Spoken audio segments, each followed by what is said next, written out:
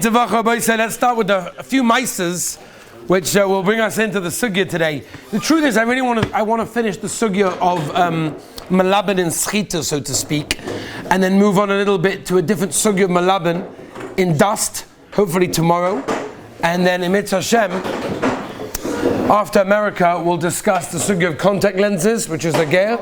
Anyone wear contact lenses? You wear contact lenses, right? No, we never went through contact lenses. And the other one's folding clothing as well. All of them are gzeras, and they're in a ger to the nechlan and the sugya of Melaben, which we will discuss. But I'll tell the Olam Amaisa, the Heilige Stipler, the father of Chaim Kanievsky Zatzal, the Heilige Stipler one time said over the Maisa, I think he said it, or his son Reb Chaim said the Maisa, that it was on Yom Kippur, and on the way to shul, he by mistake, it was obviously raining, whatever, and by mistake he stepped into a puddle, and his socks got wet, so he did not want to put his feet down the entire Yom Kippur, so he stood by the stender with one leg up the entire Yom Kippur. He said it was the only year that he never felt the tightness. Pasha never felt the fast because of just holding up his leg the entire day, right? So Reb Chaim said the Maisa was a chumrah afterwards, but upon him, we're dealing with our sugya. Reb Chaim Volozhin, I tell the Olam Maisa with that. Reb Chaim of Volozhin. Reb Chaim Volozhin was once time in his home. I don't know exactly what happened. The details are not brought down, but there was a shaila of yichud in the home. Whatever it was, there was a shaila of yichud. He felt there was a shaila of yichud. I got to get out of the home. He had no way of going through the room, the door, which is the normal way to leave your room. So he opened up the window, and he climbed out of the window. Maisa Shayo, I say. He climbed out of the window. He got into the. Now he didn't have his shoes on. Didn't have his shoes on because it was in his home, it was warm, whatever. So he had his socks on, it was snowing outside. The snow was covered all over the place. And he realized that when he walks with his socks, there's a problem of schita, so he took off his socks and he ran far, far, far away with his bare feet from Chaim of Volozhin, just to make sure that he wasn't going to be over on the Issa of Shabbos Kodesh over here.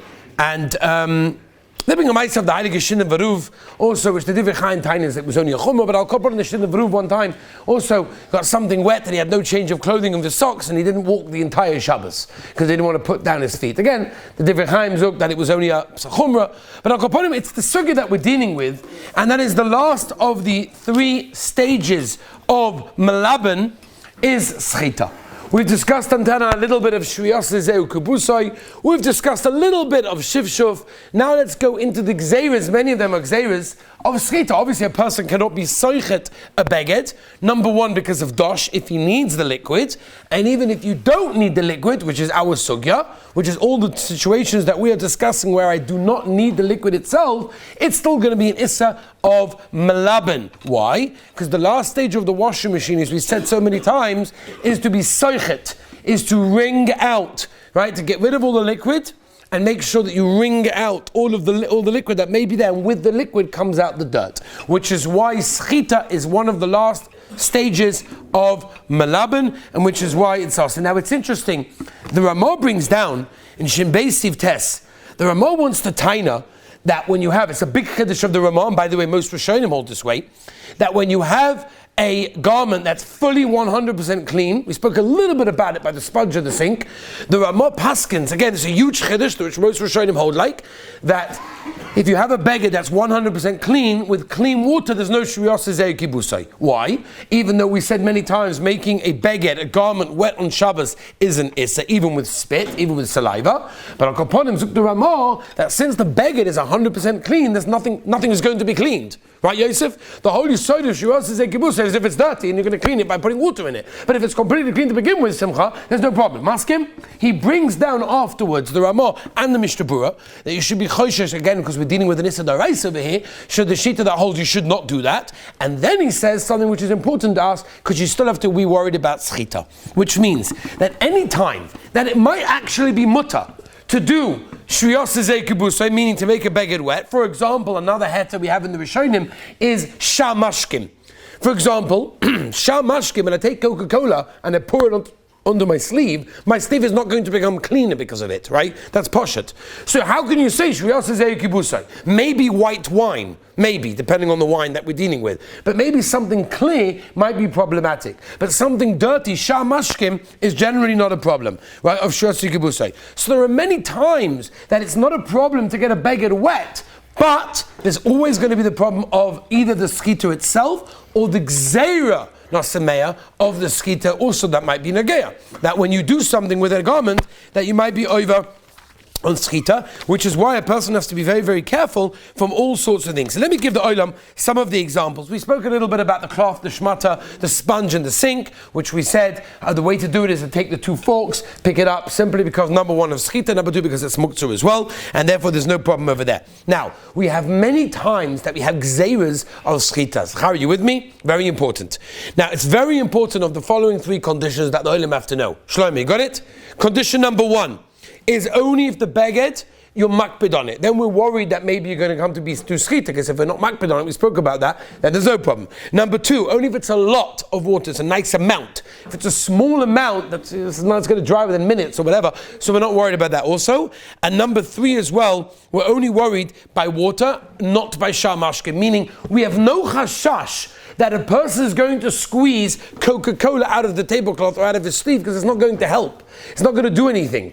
And therefore we're generally not worried in that case over there. Now the Mishnah Berurah brings down, in Simon Shin Beis, he talks about the idea of cleaning narrow cups. He talks about the idea of taking a shmata, taking a cloth, and putting it into, let's say, a small little l'chaim glazel, for example, or even a glass bottle, and you sort of put the towel and you sort of put it in order to clean it. Now, there you have to be worried that maybe you're going to do schita. Chacham ben Tzina bar Shaul in Olet Zion Chelek Bet, where he talks a lot about this, he says, well, most of our towels are quite thick, and therefore has to be really soaking wet for it to be a problem. For example, there's a Rav in America, he has a Moedika Sefer, a Sef Sforim called the Nishma Shabbos. So he brings down there, Chelik Dalet, he says that you have to be careful in Chassidus Shtibelach that you have a problem. We spoke about this also. Again, a lot of these are recaps because we're going over the same things again and again. But it's Kedai Boisai. These are things that we need Chazar on. So he brings down when you go to a Chassidish place and they have the towel over there, and the towel was used with Kanai Nahora. You got a Shtibel, you're going on minyan after minyan, and the oilim are washing to the Sedayim. They're washing all sorts of things. Negavasa. They're washing into the Sedayim for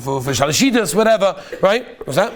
What's that? We talked about it this time already. We spoke about that already. So it gets very, very wet. So he tells that if you mamish touch it and it gets wet by touching it, that means when you touch the beged, it's wet enough on your finger that you can wet your other finger. So therefore, using that towel will be asa. Why? Gzeira b'shem schita. Which schita? Not dosh. I don't need the liquid, right? What schita is it, Ephraim? Obviously, the schita Melaben. I don't need the liquid. In other words, Zacharia, very important. Even if I'm not going to use the liquid, it's still asa. Why? Because of Melaben. When I take water out of a towel, naturally the towel becomes cleaner. And that's the reason why I have to be very, very careful in that case over there. But generally, drying dishes, wetting your glasses, for example, with water, and then, cleaning the glasses, that's not a problem on Shabbos, because generally it's not going to become wet enough that it becomes squeezed, right? Paper towels and things. We spoke a little bit about this last time. So Rav Moshe talks about this, by the way. This is the tshuva that everyone thinks Rav Moshe is talking about paper wipes. You know those people? Rav Moshe has a tshuva on it. He's mekel, right? No, Rav Moshe does not have a tshuva on it, and he's not mekel. So I don't know where that's coming from. People are sending me, recently I got a bunch of things, right? I don't know why recently it came in, but recently for some reason, people are sending me random things of tshuvas and zachan, They're sending me tshuvas from different people. They got the names wrong, they got the psak wrong, they got what he's talking about was wrong. Look, he's talking about baby wipes. I said, show me where it says baby wipes in it. That's a different sugya, right? So he talks about paper towel, Shlomo, and he talks about taking a paper towel and wiping a table. So he says a paper towel, it's thick and it's not so wet, that it's generally not a problem because it's not going to cause schita. But you have to know, there's two different things. There's taking a wet cloth or towel and wiping up a spill, or there's wetting the spill and schlepping up the water, drying it in that way. The second, the latter, is the way to do it. So for example, if you have a spill on the table or on the floor, what do you do? Halacha l'maisa, I say. Let's talk practicality. What do we do halacha l'maisa? So you take some water, you spill it on the floor, or you spill it on the table, you take a dry shmata, a dry towel, or a bunch of dry paper towels, and you schlep away the water together with the stain. This way, generally, obviously you've got to be careful still, schita will not happen in that that case, because you are schlepping the water away as opposed to the beged starting on being wet and using it that way. But using a wet shmata to clean a spill or whatever it may be, a stain or something on the table or on the floor, obviously that's going to be problematic because of the halachos of schita, and that's going to be similar to the idea of a baby wipe. Let's move on to Rabbi Yisai. There are many different shaylas that come in over here. The Mincha Shabbos has a shayla about this, right? Most of us are familiar from Mishnah Ches talks about it by eating outside, but the Mincha Shabbos talks about it over here, and he says that whenever you pour a drink, make sure, Rabbi Yisai, that you have a cup underneath, a plate underneath the cup. Why? Because if you pour too much, it's going to overspill.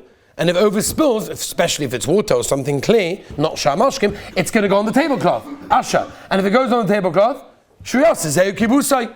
That's what he tells us. So the Paiskim say generally you don't have to worry, especially if you're dealing with shamashkim, Coca-Cola, red wine, grape juice, orange juice, all of these things. With general words, especially if there's a plastic on the tablecloth, then for sure we have no worry in that case over there. And I remember discussing distinctively with that Goyna Gadol Rafal Zatzal, and Rafal told me, says we don't make up our own gzeiros. Chazal didn't say a zagzera. Stam to make a own gzera. They did make a gzera. Eli, you're probably thinking about this right now. They're thinking about the gzera of eating outdoors, right? The Shulchan Aruch says in Shulchan Aruch that when you eat outside, then you have to be very careful. Because then you have a problem when you have drinks, it may spill. And if it spills, it goes onto the ground. And what happens? What happened? Who? Very good. Ben, Gavaldik. Beautiful. Watering, Zayreya, Gavaldik. Or, in last year, for example, before Rosh Hashanah, Shemitah, beautiful. So that's why outdoors you have to be very, very careful. The Ramah says a person has to be very careful when he eats outdoors to make sure that these things don't happen with these cases. Rabbi said, let's move on to some of the situations. We discussed 3 stories in the beginning of today's share. I want to move on to those sugyas, and tomorrow we can start a brand new sugya within Melaben, but also extremely negeya, especially for you guys here in Eretz Yisrael. And that is like this. The Mishnah tells us, in Shabbos Kuf Mem Vav, the Mishnah says that if your clothing became wet on a journey, you're allowed to continue walking. It's a Mefurish Mishnah. That means if by mistake you stepped into something in your sleeve, whatever it may be, it gets wet, schita, we're not worried generally in that case. Now there's many different Rishonim that explain that case. The Be'er Halacha says clearly be very careful that you do not do an action that will vadai cause schita. So the shayla number 1 is, what about socks? What happens if your socks get wet on Shabbos Kodesh and then you're walking, and every time you walk, squelch, right? Schita is happening. Now this is again not schita of dosh, because I don't need the liquid, I don't want the liquid, but it's schita of Melaben, because I am causing the liquid and it's water to come out of a beged, and the beged probably, I'm assuming, is dirty because it's on your feet.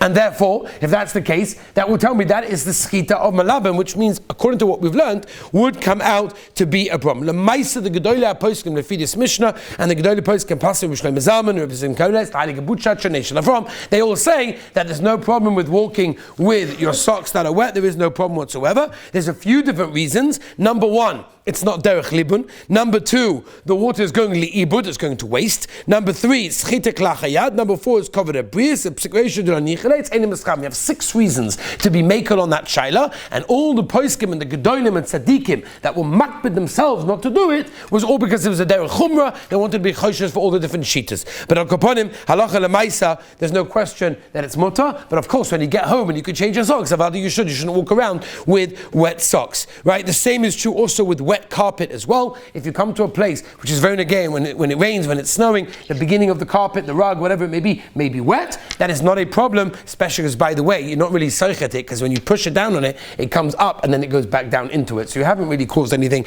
and you have all of the other reasons as well. Right? The owner were handling the shayla, if I remember correctly, last month, the owner were handling the shayla about wet shoelaces. Who the olim handling, right? Asha. Baruch Hashem. Rabbi Taladana asked the kasha, and his kasha was, are you allowed when you got wet shoelaces? Very again, it's raining outside, and on the way home, your shoelaces open, so I want to tie them again, but they are wet. Dubi, what would you paskin in such a shayla? Are you not allowed to tie your shoelaces in that case? The poskim say what, Dubi? No. What's that? Ben? Mutar? Lama? You just said 6 reasons why you're allowed. That was different. That was walking with wet socks. I'm not doing a maisa with biyadayim. I'm stepping. That's not the normal way of squeezing. Plus other reasons as well. Malach, what are you tying? Should be okay. It's mutter. The only about tying that's mutter, it's like one of those shaylas. It's mutter, but we just don't know why. We'll figure it out afterwards. Right, there are such shaylas, you know? Ellie, you like that one, no? You like that one. It's mutter, right, it doesn't apply to everything. Certain things it applies to. Right? I think they came to Shlomo Zalman and they asked him, Rebbe, are you allowed to take out lice of a child's hair on Shabbos, or is it a shayla of boire? Now, obviously, this is a shayla of goizes, because you're going to be plucking out hairs, which is obviously going to be problematic. But let's say I got out of that problem. I'm going to hold the hair at the bottom and I'm going to peel it off. I'll take out the knit, I'll take out the egg, the lice, whatever it may be. Is it a shayla of boire? Separating Lamaisa, no. Am I wrong? Am I not separating? No, I'm bury this man. No, think about it, right? So Shlomo Zalman writes in the Tshuvas, look it up. He says over there, it's mutter. We'll figure it out why. In other words, certain things are vaday or mutter. We'll handle it. You know, what's the pshat? What's the geder? The Maisi says afterwards because it's not called boira. Interesting heta. People don't call it boira. It's not called boira. Right? Shlomo Zalman has a few attain like that. Also, look up. It's silverware. Okay, you guys are learning boira. You'll figure it out yourselves now this month. Be'ez Hashem. But according with the wet shoelaces, halacha l'maisa, if you don't do it tightly, then it's mutter, which means it will not be a psik reisha in that case. The olim also have to know, very, very importantly, that something that's wet on Shabbos is actually muktzah. Right? Something is wet when Shabbos comes in. Right? Machlokes in the Gemara, which we're not going into. Migud eskutoi, when something is wet, when something is muktzah, when Shabbos comes in, it remains muktzah the ganze Shabbos. Right? Simcha, we know that. Which means, if you have something that is soaking wet when Shabbos comes in, that is muktzah even when it's dry on Shabbos afternoon. The only exception is Dayan Weiss in the Minchas Yitzchak. He says if you know it's going to become dry during Shabbos, for example, it's very hot outside, or it's a very small amount of wetness to it, it's only damp. If you know it's going to become dry, these are very common shaylas, especially when dealing with kids' clothing. You did a wash before Shabbos, and you hang it up before Shabbos, whatever it may be. We'll talk about hanging up as well. It's another sugi we have to talk about. Hanging up laundry. You're allowed to hang up laundry on Shabbos, which even if you did it on Erev Shabbos. But upon him, there's the Minchas Yitzchak that's mutter. Why is it mutter? Because your das Eli was on it, meaning you knew when Shabbos came in, Eli, you knew that it was going to become dry. And therefore there's no problem with muktzah in that case because your das was on it. Muktzah very much goes by das, which we will discuss. Now, there's a few more sugyas that we have to go into. Sugya number one, which Bli Neder tomorrow we'll get to before I have to leave, is the sugya of dust. Dust is a sugya which is so nogea in this country. People's hats, people's pants, people's yarmulkes, all sorts of things get very dusty here. And on Shabbos you find people, right, Asha, you find some people do these things, right? They take their sleeve, they go like this. You ever saw such a guy? So before you stone the guy, we have to learn tomorrow what to do in such a case, which Be'ez Hashem will learn. Then Be'ez Hashem, Mitzvah Hashem, after the trip, we will do the sugyas of contact lenses and the sugyas of folding laundry and Mitzvah Hashem hang up laundry. I want to wish everyone a wonderful and beautiful day.